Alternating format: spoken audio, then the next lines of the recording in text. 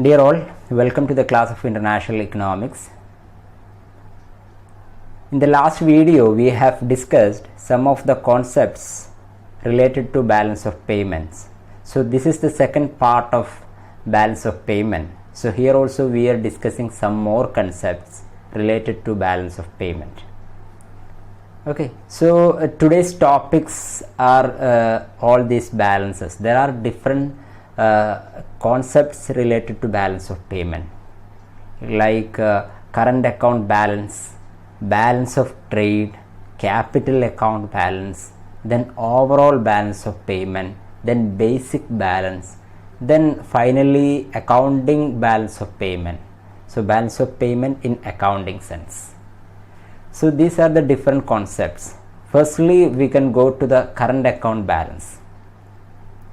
You know what is current account and you know what is capital account also.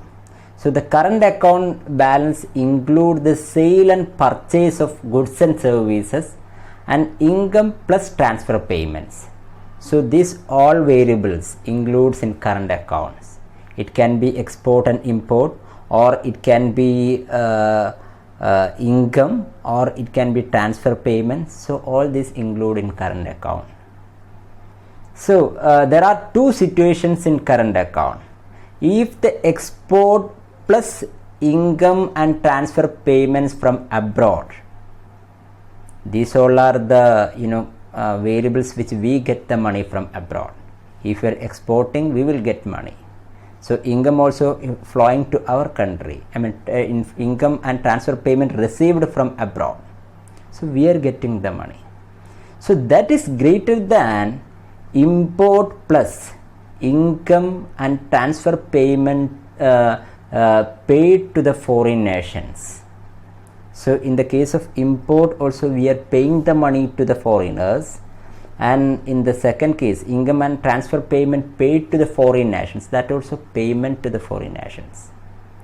So ultimately the payment or the income received is greater than the income paid to the foreigners. Then we can say that it is current account surplus, because we have more income in our hand. Then if it is reverse, if the export plus income and transfer payment received from abroad is less than import plus income and transfer payment paid to the foreign nations, then we can say that it is current account deficit. So in the current account, balance means either it can be surplus, or it can be deficit, or it can be in balance. Like export plus income and transfer payment will be received from abroad might be equal to the import plus income and transfer payment paid to the foreign nations. Then we will be saying that the current account balance actually. Okay, so there is a surplus situation, or there is a deficit situation, or it might be equilibrium in current account balance. Okay, so and in the current account itself there are different accounts. Goods account, okay, it is especially focused on commodities, okay, or the export and import. Or there might be service account. Service includes only the services, not any other goods. Okay, then there might be export and import of services. Then there is a unilateral transfers account. Okay, it includes only one directional transfer of money. Okay, it might be giving some kind of donation to abroad, or it might be receiving donation or any other help from monetary help from abroad. Okay, so these are the different aspects of current account balance. So now balance of trade. So balance of trade or trade balance or visible balance, it is also known as visible balance, is obtained by subtracting the value of goods imported by a nation from the value of goods exported. So exported minus import is trade balance. Export minus import is a trade balance or visible balance. So if the export is greater than import, then we can say there is a surplus balance of trade, which is a favorable foreign nations, because we are getting more money through the exports. So it is a favorable condition for a nation. But if import is greater than exports, it means that we need to give more money than we are receiving the money. So it is a deficit in balance of trade, unfavorable for a nation. It is an unfavorable situation. Then if the import and export, if it is equal, then we can say that it is a balanced balance of trade. Balanced balance of trade. So in the balance of trade, there might be three situations. As we said in the last case, there might be surplus in balance of trade, there might be deficit in balance of trade, there might be balanced balance of trade. Okay, then what about the capital account balance? You know what is capital account. So the capital account balance also, there might be surplus or deficit in capital account. What is capital account surplus? If the inflow of capital, if it is greater than the outflow of capital, then we can say that it is capital account surplus, because we are getting more money through the inflow. Okay, and it is greater than of outflow, then we can say that it is a capital account surplus. In another words, we can say that if the international sale of assets is greater than international purchase of assets. Sale of asset means we are getting money from abroad. Purchase of money means we are investing, or we are giving the money to some others or foreigners. So if the sale of asset is greater than the purchase of asset, then also we can say that it is a capital account surplus situation. Then the deficit situation, reverse of these two aspects, like inflow of capital is less than outflow of capital, or in another words we can say international sale of asset is lesser than the purchase of assets, then also we can say that it is capital account surplus. So this is also there might be situation of balance between inflow of capital and outflow of capital, then we can say that capital account is balanced. Okay, so in the capital account there might be long term capital account, also short term capital account. What is long term capital means? If the capital is for more than 1 year, its period is more than 1 year. If some people are investing for more than 1 year, then it's like FDI, foreign direct investment, and foreign portfolio investment, and the government loans to the foreign government. Okay, it can be borrowing or lending. If it is for more than 1 year, then we can say that it is a long term capital account. Then there is a short term capital account. It will be for the purpose, for any short term purposes, it will be for the less than 1 year. It might be for 6 months, it might be for 2 months. Then we can say that it is a short term capital account. Okay, then we have said that there is a current account balance and capital account balance. Okay, if you are including both of this account, current account balance plus capital account balance, then we can say it is the overall balance of payment. Overall balance of payment is the sum of balance on current account and also on capital account if you are putting together. Okay, so ultimately balance of payment mean it is a sum of capital account and current account. Then now there is a question that we have said that there is a surplus situation or deficit situation. So the question is whether the surplus or deficit, which one is good and which one is bad.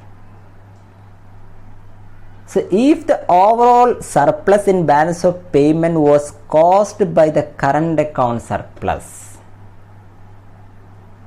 but not capital account surpluses, then the surplus may be a good sign. We have surplus, but it is in current account, not in capital account, then it is a good sign. Why? Current account, what are the things included in current account? Mainly exports, imports. So it is the productive capacity of a country, right? I mean, if we have surpluses, means we are exporting more, our productive capacity is more, it is a good sign. Okay, so I mean, if the overall balance of payment, if the overall surplus is caused by the current account surplus, it is a good sign, otherwise it is a bad sign. Now, if the overall deficit in the balance of payment was caused by current account deficit but not capital account deficit, then deficit may be a bad sign. We have deficit, especially the deficit is in current account. It means that our productive capacity is less, we are exporting less. It is a bad symbol. So the surplus and deficit, whether it is bad or good, depends upon the from which account it comes. Okay. Then we have said two balances, that is balance of payment and also balance of trade. So there is a difference between balance of payment, or we can say overall balance of payment, and balance of trade. What is the difference? Balance of payment, firstly, it is a broad term. It includes everything. It includes current account, it includes capital account. But balance of trade, it is a narrow term. So in the balance of payment, it includes all transactions related to visible, invisible and capital transfers. Everything is included in balance of payment. But balance of trade includes only visible or merchandise items or goods. Then balance of payment always balances itself. Balance of payment always balances itself. It is in accounting sense. We will explain how it happens, how the balance of payment always balances. We will explain it. Then balance of trade, it doesn't balance always. It can be favorable or unfavorable. There might be surplus or deficit in balance of trade. The balance of payment, it includes current account and capital account. Also, if we are including in accounting sense, we can include liquidity account or a reserve account also. Okay, so balance of payment, it's a wider area, but balance of trade is net earning or export minus net payment for imports. So the export minus import, that is balance of trade. So these are the major differences between balance of payment and balance of trade. So balance of payment is broad term which includes capital account and current account. Balance of trade is includes only export and import of merchandise. Then there is a concept called basic balance. Basic balance in BOP comprises of the BOP on current account plus long-term capital account. Okay, so the basic balance comprises the current account plus long-term capital account, not short-term capital account. Why short-term capital account is avoided? Short-term capital account balance is not included because there are two reasons for that. Firstly, this short-term capital, there might be high volatility in the short-term capital. It may come and go quickly. So it may come today and it may go back tomorrow. So it is there might be high fluctuations or volatility in the short-term capital. And for so many countries, there is no short-term capital account itself. It is included in errors and omissions, as we said in the last class. Okay, so short-term capital is not included in capital account itself, some of the countries. So by avoiding this short term capital, if we are including two accounts, I mean current account plus long term capital account, it is the basic balance. Okay, so this is also another term. Then we should what is balance of payment in accounting sense? Accounting sense, this is a sum of balance on current account, capital account and official settlement account put together. In the overall balance of payment, we have included only two accounts, that is current account and capital account. But in accounting sense, we are including three accounts and we are putting together, that is current account, capital account and official settlement account. If you are putting together, it is known as balance of payment in accounting sense. That's why we are saying balance of payment always balances. Balance of payment always balances because we are including three accounts: current account, capital account and also official settlement account. Then also we will be having, it will always be balanced. Okay, so how there is a possibility of balance of payment? Why there is a, it is a famous word that balance of payment always balances. It is based on double entry bookkeeping system. As we said, for each transaction there will be two sides, debit and credit. So as per the accounting sense, credits always will be equal to debit, but only in accounting sense, not in economic sense. In economic sense there might be surplus or deficit, but in accounting sense there will be always balance of payment. So the total credit will be equal to the total debit when three accounts are taken together. When three accounts are considered, there will be balance of, balance of payment balances, or we can say balance of payment always balances by putting all these accounts together. So if there is a deficit in current account, suppose, so it will be offsetted by the surplus in capital account. And if there is a surplus in current account, if there is a surplus on capital account, is offset by matching deficit in capital account. And surplus in current account is offset by matching deficit in capital account. So if there is a deficit in capital account, there will be equivalent surplus in current account. So it will be it will be balanced. But suppose by including both this account, current account and capital account, suppose that there is a deficit, then it will be financed from official reserve account. That's why we are saying, if you are combining three accounts, current account, capital account, official settlement account, we will be having always balance of payment, balance of payment always balances. It is only in accounting sense. Now what about the autonomous and accommodating transactions? In the balance of payment there are two transactions. One is autonomous transaction, another one is accommodating transaction. Autonomous transaction refers international economic transaction that take place due to some economic motives like earning income and profit maximization. So this transaction is happening because of these motives. If some transaction is happening for the profit maximization, so it is an autonomous transaction. So irrespective of whether BOP is favorable or unfavorable, this transaction will happen. It is called autonomous transaction.